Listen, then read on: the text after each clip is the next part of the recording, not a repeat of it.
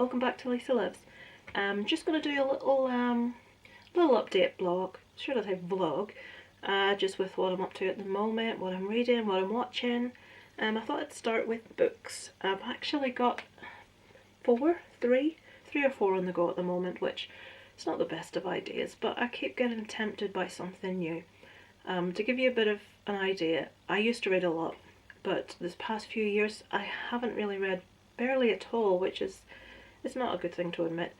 I watch a lot of TV, watch a lot of movies, Netflix in my spare time, and I haven't been dedicating a lot of time to reading. With a 7-year-old, almost 7-year-old in the house, it's difficult to get quiet time to sort of sit down and read. And when he's gone to bed, it's like, oh, just collapse on the sofa and watch some rubbish telly. So I've said to myself, I need to start reading again. I need to get the old grey cells working. So I'm challenging myself to read a book every month. I know it's not a lot. It's, by some people's standards, it's nothing. But for me, it's, you know, it's going from one book a year to 12, so it's a bit of a jump.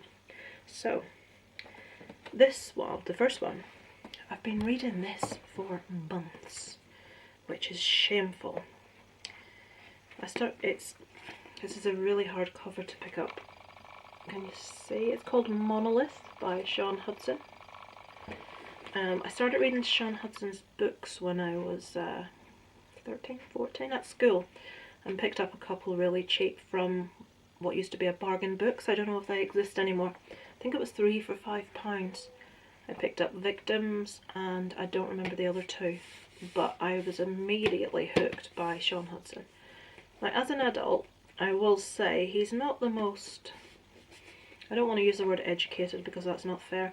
He doesn't use the most flowery of language. He's not, no one's going to sit down and read a Shaun Hudson novel and nominate him for literature prizes. His writing is quite brutal, it's quite simplistic, I suppose is a way to put it. But it's the first author that really grabs me, and since starting to read his books, I've collected, I'm sure I've got every single book he's released. He has, I think, 5 or 6 pseudonyms that he writes under, so it's quite fun trying to get all of those. He started off writing quite far-fetched horror. He wrote about zombies. What's strange is he's written stories about particular things several years before screenplays have been written for movies where the premise is exactly the same. It's like the one, was it called Buried Alive? The one where the guy was buried under the ground and the entire movie was him trying to get out. Well, Shaun Hudson wrote a book pretty much with that exact premise years previous. I suppose it is, you're always going to repeat storylines because there's only so many stories out there, but some of them are so close, it's ridiculous. But he's moved into, of late, more urban thrillers and crime books, rather than the horror that he used to do. So I've stuck with him. I do read all his books. This one I was halfway through when he released his latest one, Chase, which I've just read. So I put this down in order to read the newest one because everyone was ranting about it, and I didn't want people to give away spoilers, so I have to go back and finish this one. He's released books, war books, western books, and would you believe I have even read those because I was a fan of the author, so I said I'll give it a go, and they were really good, and I would never ever think to read anything like that, but I did because it was Shaun, and I love him. It's fantastic. Right, next up, this one, The Store by James Patterson. This is one I was recommended to read on the Shaun Hudson website, on the fan site. A lot of people said, oh yeah, it's terrifying, it's really, really good. I'm not that far through. I'd say about a quarter of the way. It's okay. I wouldn't, there's nothing terrifying as yet, but we shall follow and see what happens. The basic premise is that a married couple relocate with their 2 children to work for a company called The Store, who basically monopolise everything. They sell everything that they can sell, and they've moved into a village, into a gorgeous house, but the store is watching everything they're doing, is controlling their lives, has cameras in their house. Every time they go out and they come back, cameras are put back when they take them down. They know what brand of food they eat, what, you name it, the cupboards were all stocked with everything. Basically, they're spying on all their employees. And once you get in, it seems that you can't get out. Don't know where that's going to go and what's going to happen, but at the moment, they're all extremely uncomfortable. The couple's plan as writers initially was to take low-paid jobs within the company in order to write about them and let the world know what they were about, because everything's cloaked in secrecy. But it seems they're just not getting any privacy to write anything because they're being spied on 24/7. So that's the premise of that one. This one I haven't started yet. Any friends of Two Vloggers More will perhaps know this is by Chris Cummins, that actually wrote it himself. I don't know, I got lost there, I'm sorry. But I meant to buy this when it came out, and I completely, I've got a big head, I forgot. So I picked it up last week, or a few days ago. It came the next day on Amazon, really reasonably priced. It was like, I can't remember, it was really reasonably priced, but 20 short stories, science fiction, weird, abstract fantasy, dystopian, contemporary, horror, war, and more. A love letter to the written word. I have read a lot of Chris's little bits he puts online, poetry.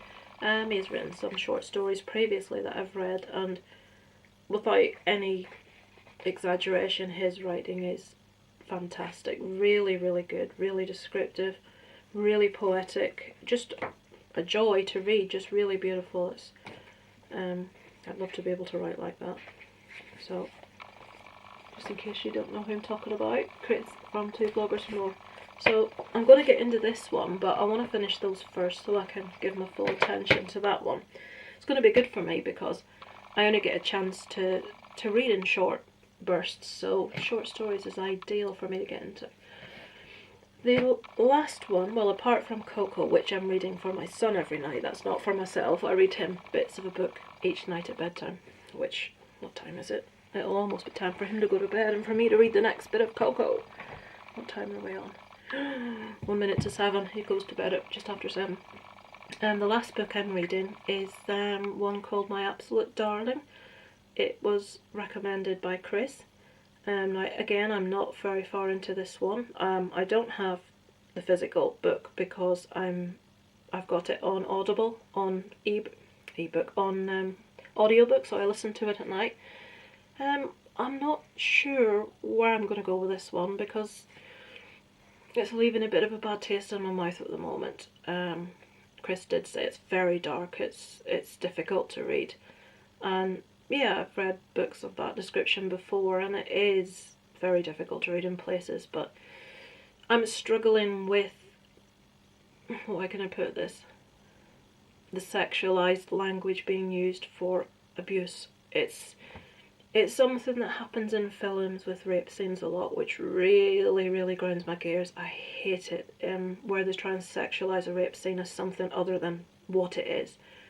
This book almost tries to normalise an incestuous relationship with a father and his daughter, and it's just some of the descriptive words used to I'll not go into detail to explain certain parts of her body is just a bit, that's a bit far, did you have to use those words? It's maybe just a pet peeve. Most people seem to love it, everyone rants about it, but there is a lady on Goodreads, I can't remember the lady's name now, that's not useful, whose review of it is just completely spot on how I'm feeling about the book at the moment. It was something Stephen King books used to do years ago, where he spends half an hour describing how a place looks and nothing's happening. It's like an over-explanation of things. It's like, look how clever I am, look what I can do with words, you know. It's like, yeah, we know you're clever, you know, but you've described a gun to me 100 times. That's just, it just seems more a case of, it's a bit self-indulgent. I suppose that's how it's coming across to me. I shouldn't judge it just yet. I'll read it to its end, but at the moment it's not pulling me, and it's turning me off a bit, to be fair.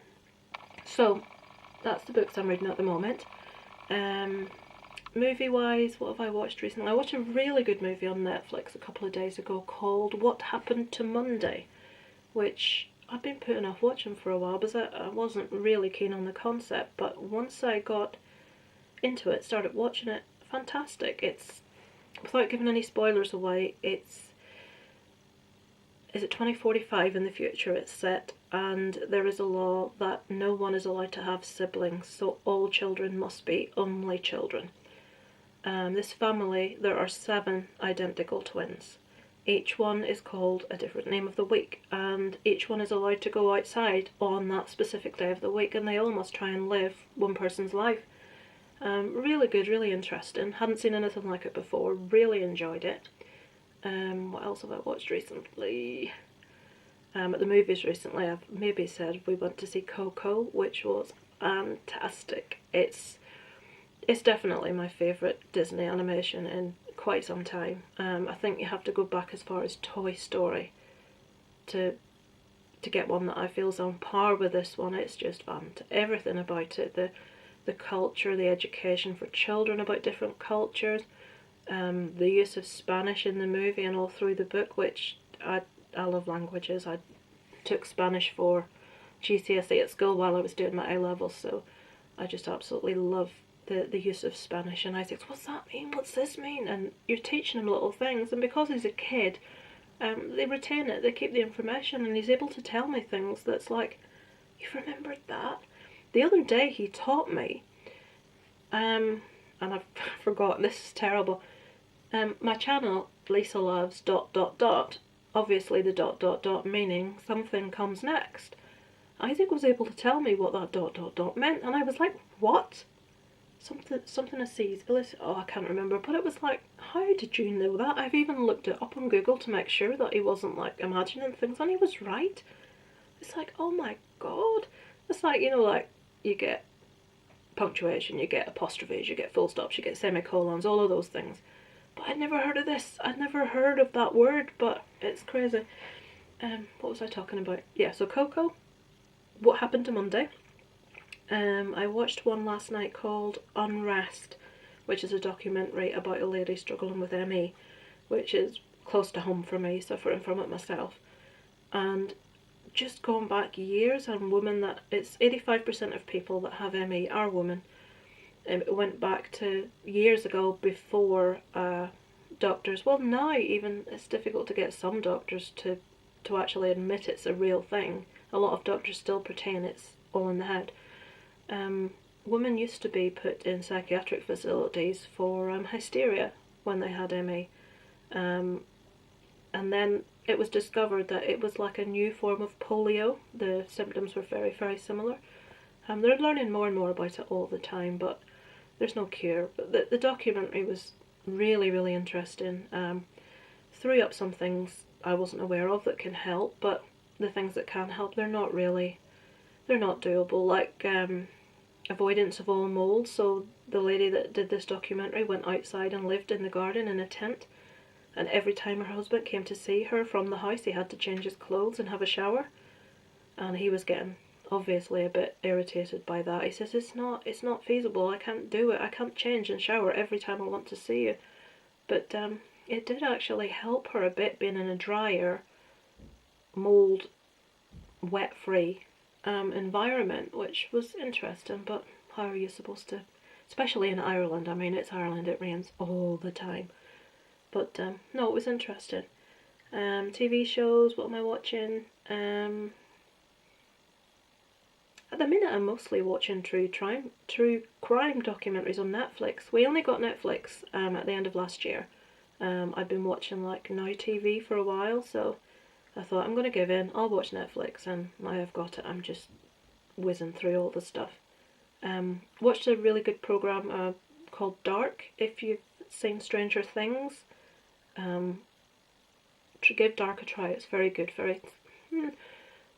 I'll not say it's the same, but it's, if you liked one, you'll probably like the other. It is in German though, so as long as you don't have a problem with subtitles. You can watch, the default option is dubbed, which just irritates me no end.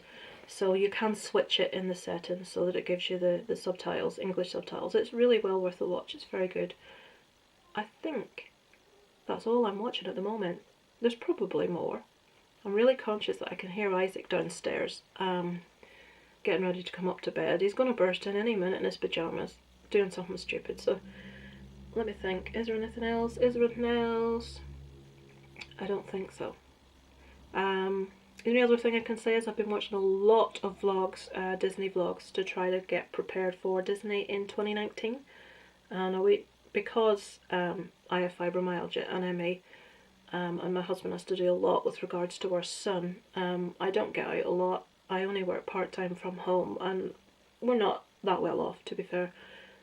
So it is going to be a once in a lifetime thing for us. It's going to be 2.5 years of saving to be able to afford to do it once. So we want to make sure it's as good as it can be.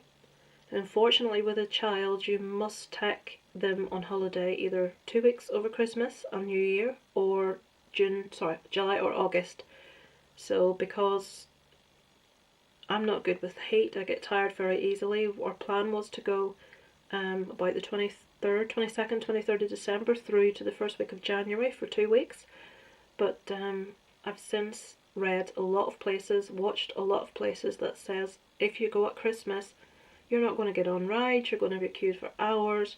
They actually close the parks on Christmas Day and New Year's Day, and sometimes New Year's Eve, for capacity, because there's 100,000 people in by 11 AM in the morning. And it's a question of, do I go in the summer when it's hot and I'm going to find it difficult, or do I go at Christmas and it's maybe easier temperature, but we don't get to experience anything. He doesn't get to go on anything. So I think we're going to go with the last 2 weeks in August, and quite simply I can take a few days at the hotel, stay at home. We've planned to sort of go out in the morning and come back in the afternoon to our hotel, which hopefully we'll get one with a pool so we can cool down, then go back out in the evening. So that's hopefully the plan at the moment, but because Star Wars World's open in 2019, that's the main aim for Isaac, is just a Star Wars nut. So I think I've waffled enough. Waffle. Thanks for watching, if you're still with me. I'll catch you probably sometime next week with a little update. Thanks for watching. Bye from Lisa Loves.